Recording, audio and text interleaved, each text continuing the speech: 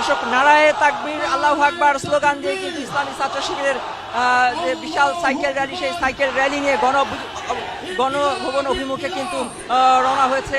এই সাইকেল র্যালিতে অংশগ্রহণকারী শিক্ষার্থীরা ঢাকা বিশ্ববিদ্যালয়ের টিএসসি চত্বর থেকে কিন্তু এই সাইকেল র্যালি শুরু হয় সকাল 6টার কিছু পরে।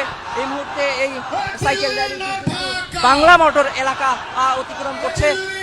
বাংলা মোটর অতিক্রম করছে, দেখতেই পাচ্ছেন শত শত সাইকেল, মাথায় জাতীয় পতাকা বেঁধে, গায়ে লাল টি শার্ট জড়িয়ে গণ অভ্যুত্থানের যে রং, সেই রংকে ধারণ করে কিন্তু তারা এই সাইকেল র্যালি নিয়ে গণভবন অভিমুখে যাত্রা করছে।